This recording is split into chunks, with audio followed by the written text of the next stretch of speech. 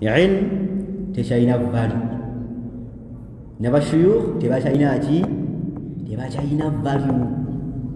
Omwana wa P3 P4 ayanukula sheikh akoze ensobi. Omwana wa P2 ayanukula ani? Ayanukula sheikh alese fatwa tokitegedde bulungi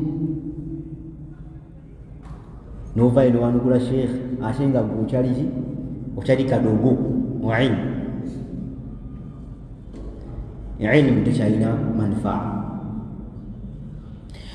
Ekyandibadde kituufu ku nsonga eyo, sheikh waba akoze ensobi mu kulamula mu fatwa,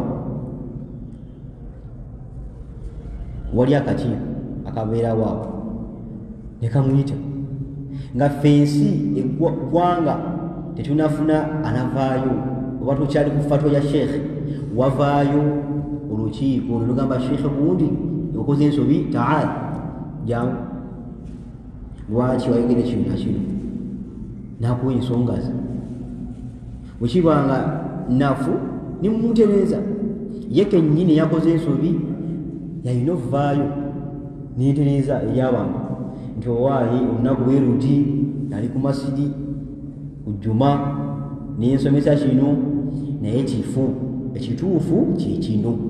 Wallahi bwe tunakola ekyo tujja kukuma ekitiibwa kyabawalimu. Naye lwakuba kati abantu tebakyalina ikhilaas mu ilmu, tebakyalina ikhilaas. Irimu bagisoma busomi kugenda mu maaso nange nfuke sheikh.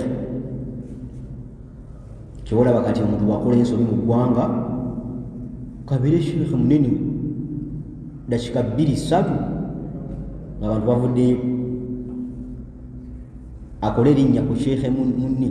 Kati byavuze nga babayimbi oli yagenda ne bamukuba oluyi namugamba owaayi bakubye oluyi naye tozaayo yadde ffe kwoyo tugenda kola erinnya era yalikola. Naffe bimwagala okuleeta mu busiraamu.